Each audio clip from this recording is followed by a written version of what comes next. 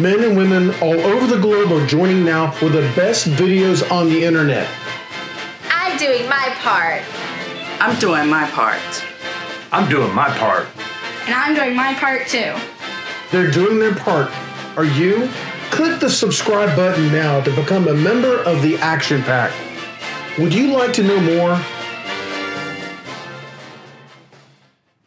Hello everyone and welcome. I'm Mike and I am extremely excited about the future of this YouTube channel because we hit 10,000 views last month and we are set to continue that trend this month and hopefully moving forward. This is Mike's After Action Reviews and this is the action update for April 2023.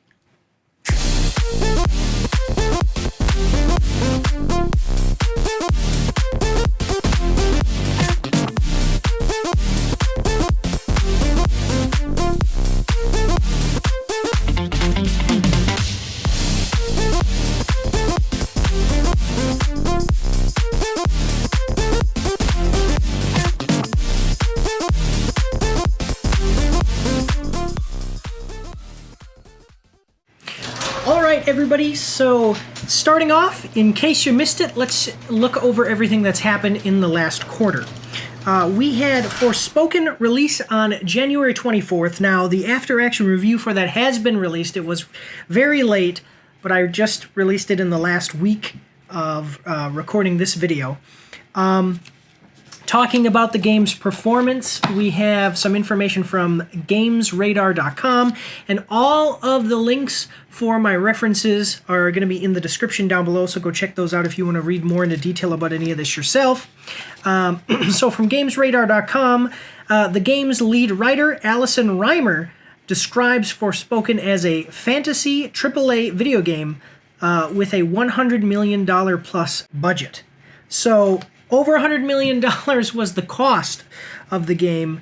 I don't exactly have the sales numbers as far as how many copies they sold or how much money they made or lost, but I do have a quote from Square Enix from Forbes.com, which says, "Reviews of Forspoken," this is a quote, okay? So, "Reviews of Forspoken, which we released on January 24th, 2023, have been challenging.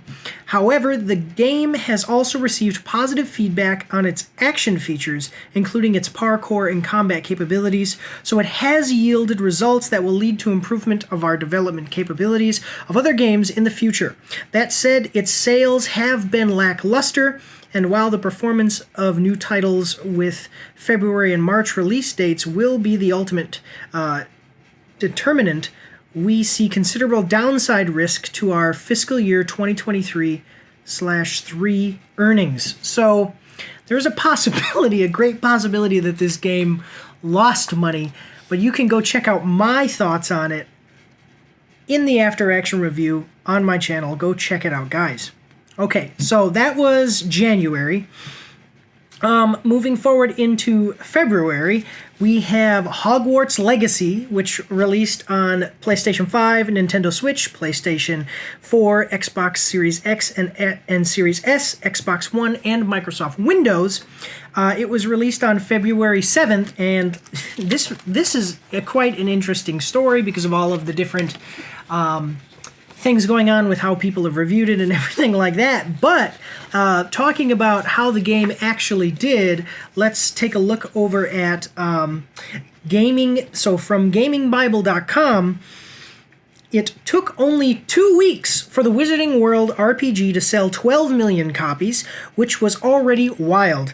At the time, this drove $850 million in revenue, which quickly made it Warner Bros. Games' biggest launch ever and the most successful Harry Potter game of all time. Now, though, according to Games Industry Insider and entertainment media data analyst Millie A, that number has soared even higher. As the gaming spoof reports, according to the analyst, Hogwarts Legacy has now generated over $1 billion in revenue. Although this hasn't been confirmed by Warner Bros. Games at the time of writing, the figure would be wholly unsurprising. Sales of the game have barely slowed since release. So there you go, guys. This has been a huge success, and our review here at Mike's After Action Reviews is pending. It's an open world game. I'm playing through a lot of the game. I'm playing through a lot of the side content, and then I'm almost finished with the story as well. I'm just a few missions away, but it has been very entertaining, very fun, and you will be able to check out my review when it is released later this month. All right, so moving forward, we had, in February, Sons of the Forest, which was released for the PC in early access on February 23rd. So I was thinking that possibly I would have had time to review this, but like I said, because of kind of transitionary period and things, I wasn't able to, and certain things going on. I just wasn't able to do it. I also had a little bit of an issue getting it to run properly on my computer, but it's early access, so take that with a grain of salt. That's always going to be a thing with early access games, so I put that away and didn't prioritize it.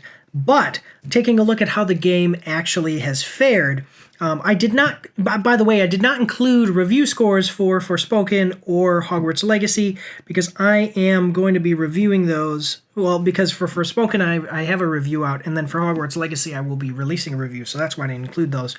But for Sons of the Forest, the sequel to The Forest, from IGN it got an 8 out of 10. PC Games N, it got a 9 out of 10, and on Steam it received a 9 out of 10, which is a very positive rating on Steam. That's where when you see the 9 out of 10 or 8 out of 10 or whatever, that's where they're getting those from, is Steam's percentages. So, and the general consensus is that the game, and by the way, the general consensus is from me reading all of these reviews and kind of mashing it all together for you here. It is worth it to play now if you really liked the first game, but while it does have some new features, it still feels quite like an early access title due to some things being missing and not working quite right. If you want the absolute best campaign experience, it may be worth waiting, but if you just want to run around in the beautifully crafted world, build a base, and fight cannibals, it's worth playing now. So, definitely, I loved The Forest, and I love these developers, but just right now, you can tell that they released it. It's a little early, okay, for all the features and stuff to be there, and there's going to be a lot of things that is going to come out in the future moving forward. But from IGN, this is a quote, End Night Games wrote on Twitter, "We have sold over 2 million copies in the first 24 hours and are very excited for what we have in store for players in the coming weeks." So, end quote.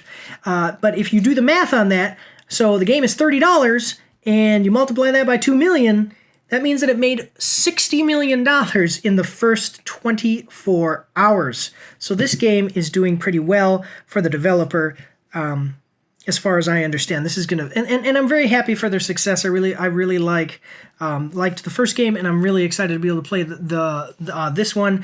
I think that I will actually wait to review it until it's out of early access, just because of early access issues and stuff like that.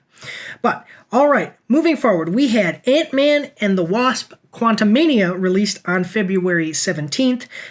My After Action review is released. I did that with Other Mike. So on the movie's performance from Box Office Mojo, it had a domestic pull of $212 million, and internationally $261 million, leaving the worldwide box office at $474 million. And then also from Variety.com, with a production budget of $200 million and a marketing spend of at least $100 million, Ant-Man 3 is expected to fall short of the roughly $600 million needed to break even in its theatrical run, which, as we said, Box Office Mojo proves that it's done that. So actually, from these numbers, it looks like Ant-Man and the Wasp: Quantumania actually lost money. The MCU is going downhill, guys. It's really Disney is destroying every franchise that it's bought. Everybody was all excited for Disney to come in and buy some of these things and put some more production value behind stuff, but everything is crumbling around them. So there you go. go check out my review with other Mike. You can see for yourself. Well, you can see what we saw for ourselves, I guess. But anyway, all right, so next, Cocaine Bear, released February 24th. Now, my review is pending. This is one of those that I'm behind on, but on the movie's performance. From Box Office Mojo, domestic of, oh, and by the way, when I say 60, so I'm going to say it's 64 million. It's actually $64,377,795, but 64 million. So, with a domestic pull of 64 million, internationally, it made 20 million, and that means that it has a grand total of worldwide $85 million. And then this is from Deadline on its performance, whether it made money or not. Cocaine Bear is another low-budget win with a production cost in the $30 million range. So think about it like this. You have to, what they always say is rule of thumb, double the cost of the movie's production, and that's how much money it needs to make in order to make money.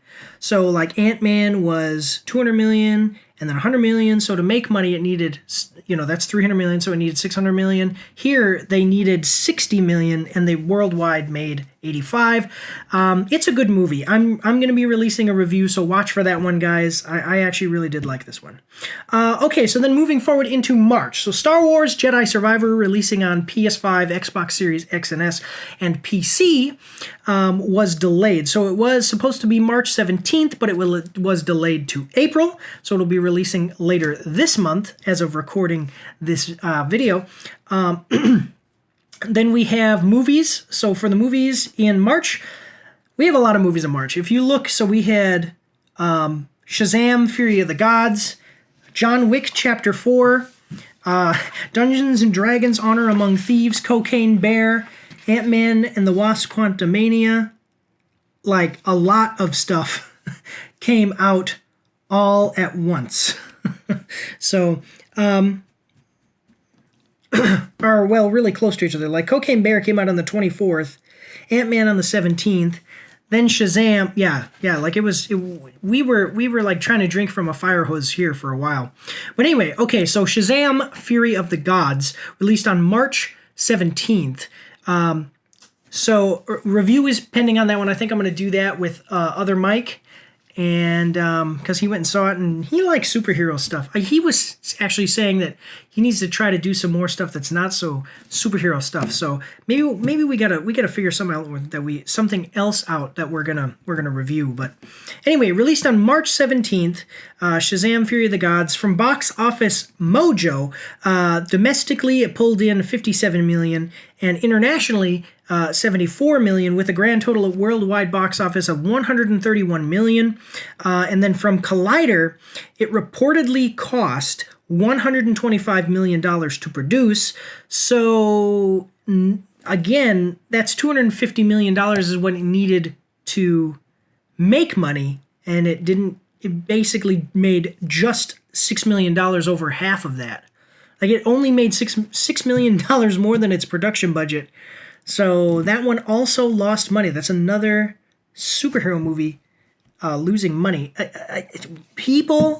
I don't think that it's superhero fatigue. I think that it's just bad writing fatigue. I think that people are kind of waiting for things to, just certain things that are going on in the media right now to kind of die away, so that we can get back to good movies instead of certain things they're trying to push in our movies right now. But anyway, so that one lost money. We're probably not going to get a sequel. I really liked the first one. You'll see my thoughts on it. The review will be coming out. Okay, so then John Wick Chapter 4 was released on March 24th, and I didn't go see it because I'm actually waiting for Staff Sergeant Matt to see it. And he doesn't go to theaters. He has his reasons for that. So we're waiting for it to come out on video, and then we're going to watch it, and then we'll do a review. So I do apologize for the inconvenience with that, but he really wanted to do the review. He was excited for the movie. So I said, hey, you know what? No big deal. I'll wait. So from Collider. So it was produced on a reported budget of $100 million.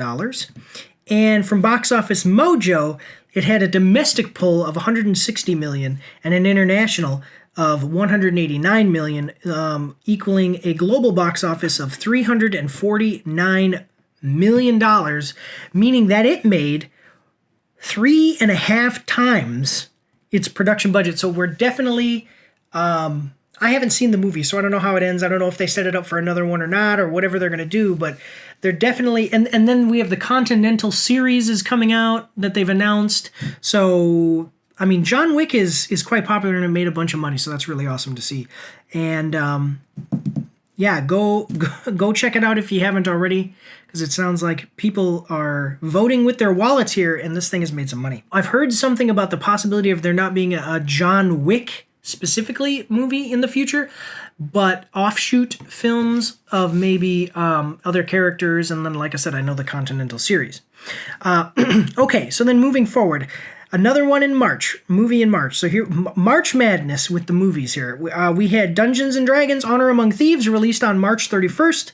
My review is pending. That's one that, like I said, I was behind on. So from Box Office Mojo, it had a domestic pull of 74 million and an international of 83 million, leaving a worldwide box office of 157 million. And then from Variety.com, they said that it was about 150 million to produce, so probably not going to see a sequel, which is actually a shame because I went and saw this movie, and without giving you my full review score and stuff, I'll tell you it was funny and it was worth seeing. So I would actually say that, you know, if it's still in theaters near you, go see it because it actually was pretty good, or buy the DVD. Maybe it'll be one of those things where it comes out on DVD or streaming or digital download and people, you know, it makes money there, because actually I thought that this one was definitely worth a trip to the theater to see. So, I know that there was some political fiasco with the directors and all that stuff, and maybe that turned people off. I think that people just need to learn to just shut up. Just shut up and let your movie do the talking for you, because people say things and then there's like not any of that. You know, people say things about their own political aspirations and political, you know, beliefs, and then it's not in the movie. So while you're on the press tour for your movie, just be quiet about that stuff. So anyway, it was I thought it was good, and I thought it was worth seeing, and it was definitely funny. So, all right. So before we talk about our roadmap moving forward with releases as far as movies and video games and everything, I do just want to highlight some things that we have started to do, some new stuff that we've started to do in the last quarter. So I do trailer reaction live streams every weekend. I don't have an exact schedule because it depends on how my guests and everything are, but as we start moving forward with this, I would like to make it a little more structured and everything like that. But usually what we do is we do an hour and a half live stream on Twitch. You can go check those out live. There are parts, so if you're seeing it on YouTube, there's parts you're missing because we cut them down now. Our old ones, though, we used to just export them directly from Twitch to YouTube, and you'd get an hour and a half videos. Those weren't very popular.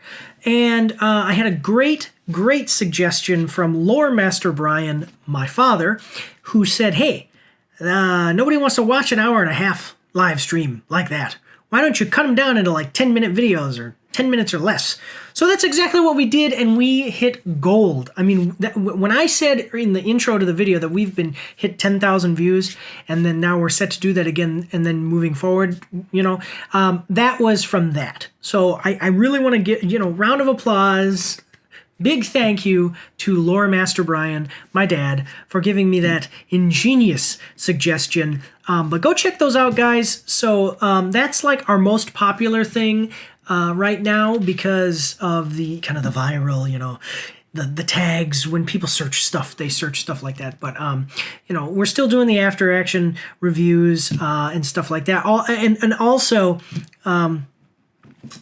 we did our very first after action interviews in the last quarter, and even did a book review. So we did and actually I have to say, Endless Perceptions of Lloyd A. Green, go check him out. He's a great guy. He's an author of 8 books. We did an interview. I interviewed him about his first book, and then we plan on continuing on with the series for that first book, and then, you know, basically, I would love to interview him about all 8 of his books. So go check that one out. We talk about the characters in the books, the plot, what's it about, what he's trying to say, and also just about his life a little bit, because he is basically, he's not a celebrity author, but he's an accomplished author, so you guys should definitely go and check all of that out. So, all right, let's move forward. Moving forward into April. So, April, Star Wars, as far as video games, Star Wars Jedi Survivor, releasing on PS5, Xbox Series X and S, and on the PC is releasing on the 28th, so I'll be playing that one. And then with movies, Super Mario Bros. Movie, it came out April 7th. My wife, Ellie, wants to see it, and we haven't had a chance to because we have kids and our babysitter's gone, and we're kind of looking for, babysitter and all of that. But this movie did really well in the box office. So from boxofficemojo.com, the domestic was $347 million and international was $330 million, leaving a worldwide box office of $677 million. Actually, almost 678 because it's 677.95.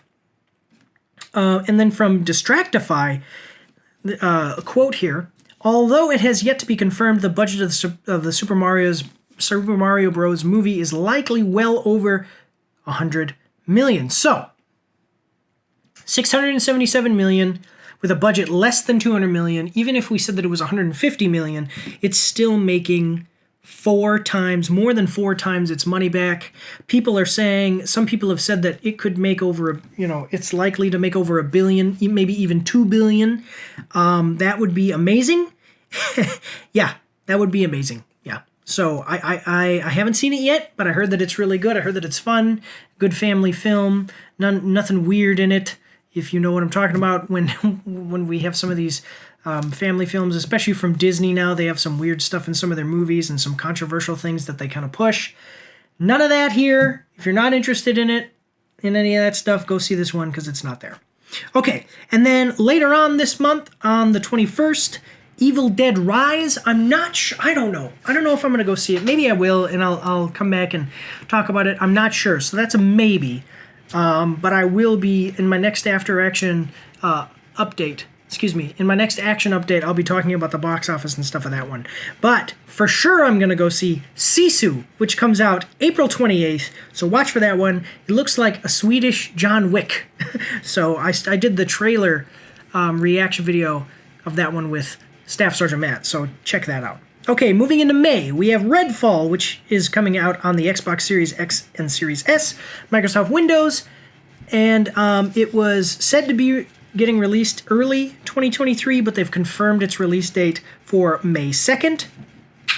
I'm still kind of thinking about that one. I don't think that the campaign will be too long, so check it out. I think they're trying to emphasize more co-op and multiplayer stuff with that, so I don't know. I'm thinking about it. Put that down as a maybe. Originally, it was a for sure that I was going to play it, but it's releasing only on the PC, and also I've heard some things about it that make me a little less excited for it. But Miasma Chronicles, coming out for PlayStation 5, Xbox One, Microsoft Windows, Xbox Series X and S, and Series S. Sorry, I have to read this because this is a mouthful, and if I don't read it, I'm going to stumble all over myself. But that's coming out on May 23rd, and I'm very excited. Bearded Ladies, they released Mutant Year Zero, Road to Eden, and I loved that game. I never did a review on my YouTube channel, but I do have a review on Steam.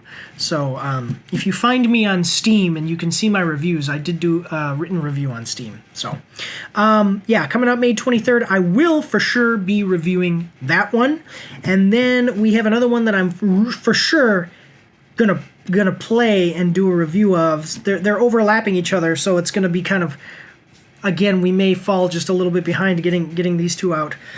We have Lord of the Rings Gollum releasing on the PlayStation 4, Nintendo Switch, PlayStation 5, Xbox One, and Xbox Series X and Series S. And on Microsoft Windows, that's releasing May 25th. It's going to be a stealth game about Gollum, so I'm excited about it. And then we have Suicide Squad Kill the Justice League for Xbox Series X and Series S, Microsoft Windows, PlayStation 5, coming out on May 26th. I've heard some things about it that, just like Redfall, make me a little less excited for it, so I'm not even sure if I'm going to play it and review it. So there's 2 maybes in May and 2 for sures in May. So that's one of the other things, too, is how many games am I going to be able to get done? So just bear with us in May, okay? Bear with us in May. Yeah. But, and I forgot to mention, too, Star Wars Jedi Survivor, definitely going to play that in April. So we'll have Star Wars Jedi Survivor, and then another game won't come out until May 2nd, and we'll see how much interest we have in that when it comes out. Okay, then we have, for movies, Guardians of the Galaxy Volume 3, coming out on May 5th. Definitely going to see that. Excited to see it. I think my wife, Ellie, wants to come with, and then we may do the review together, or it may just be me doing a review solo. We'll see how it goes. We have The Little Mermaid drumming up all of its controversy, being downvoted on YouTube. You know, its trailers are being downvoted on YouTube very, very harshly. But we're going to see it, and we're going to see for ourselves how good it is, and you guys will be able to check out the review. It's releasing on May 26th. All right, then we've got June. Transformers Rise of the Beasts, releasing on June 9th. I think we'll see that. There's been some stuff said about it. If anything else is said that makes it seem like it's going to be a weird thing, Mike's After Action Reviews tries to stay away from political things, any of that weird, goofy stuff. So if that continues to be kind of what the narrative is around the movie, I'll let you guys know that maybe I'm not going to see it. But then we have The Flash, which I absolutely for sure have to see because it's just been so overhyped. It's releasing June 16th. I will be seeing it. Ezra Miller controversy. We'll see how it translated into the movie. Indiana Jones and the Dial of Destiny, releasing on June 30th. I've heard some things that make me not interested, but at this point now, because of the things that I've said about it, I have to go and see for myself. I'll let you guys know if the rumors are true. So then moving into July, notice that we don't have a whole lot of video games coming out. Like no video games in June. Moving into July, no video games, but we do have Barbie releasing on July 21st. That's the only thing in July. So if I'm not doing anything else, for sure I'm going to go see the Barbie movie. We'll have to find, maybe we'll do get more heavily into streaming, which I need to do anyway. I need to stream more often. And then The Marvels was supposed to be released in July, but it was delayed until November. Hopefully this one sticks. They've had the trailer released, the teaser trailer and everything released, so hopefully this one is good. Moving on into August, no video games, but we have 2 movies. Meg 2, not The Meg, just Meg 2, The Trench, releasing August 4th. And then Blue Beetle, releasing on August 18th. So those, I don't know if I would say that I'm like hyped or really excited for Meg, The Trench, but it'd probably be a solid, decent movie like the first one. And then Blue Beetle looks like it's going to be pretty cool. So that'll be awesome. Moving on into September, so we have The Equalizer 3. I gotta see The Equalizer 2. I've seen The Equalizer 1. I liked that one. I didn't see the second one, but Equalizer 3 is coming out. Looks like it's gonna be a fun action movie, releasing on September 1st. Oh, actually, we have a video game. I forgot. I hope it doesn't get delayed again. Starfield, releasing on Xbox Series X and S and PC, coming out September 6th. If it comes out, finally, I will be checking that one out. In October, we have Kraven the Hunter, releasing on October 6th. Haven't heard much about it, but it is one of the Sony Spider-Man tie-ins, like Morbius. Hopefully it does better than Morbius did. I think that Morbius was just so painfully average. Yeah, so basically between August to October, not anything really exciting except for maybe Starfield and Blue Beetle. But in November, we have something to be extremely excited for. Dune. Part 2. My wife actually might even go see them. My wife does not go to movies with me very often. She does not want to leave our kids with babysitters all the time. She wants to, when she's home, she likes spending time with the kids, which is awesome. I love her and she's great.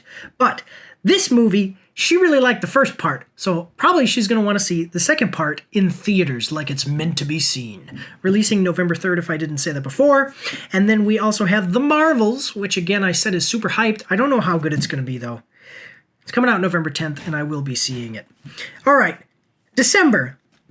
Vampire the Masquerade Bloodlines 2. Okay, so I said earlier that it was on Steam.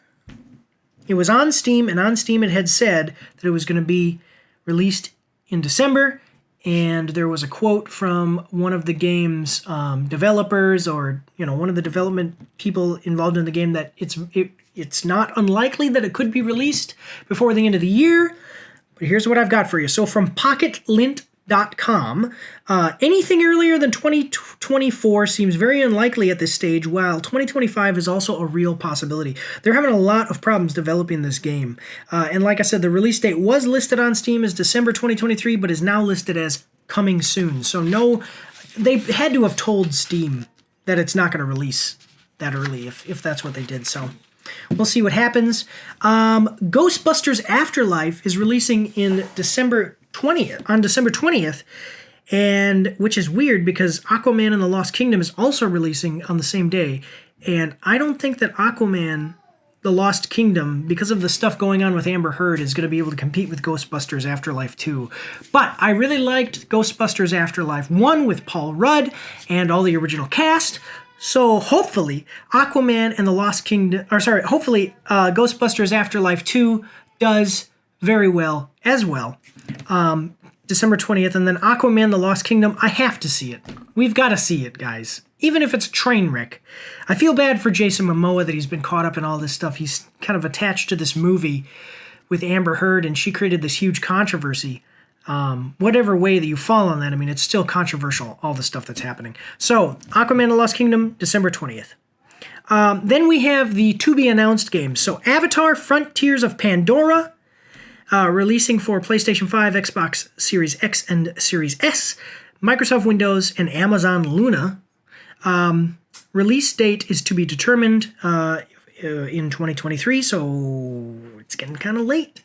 Tell us the release date, or tell us it's delayed until next year.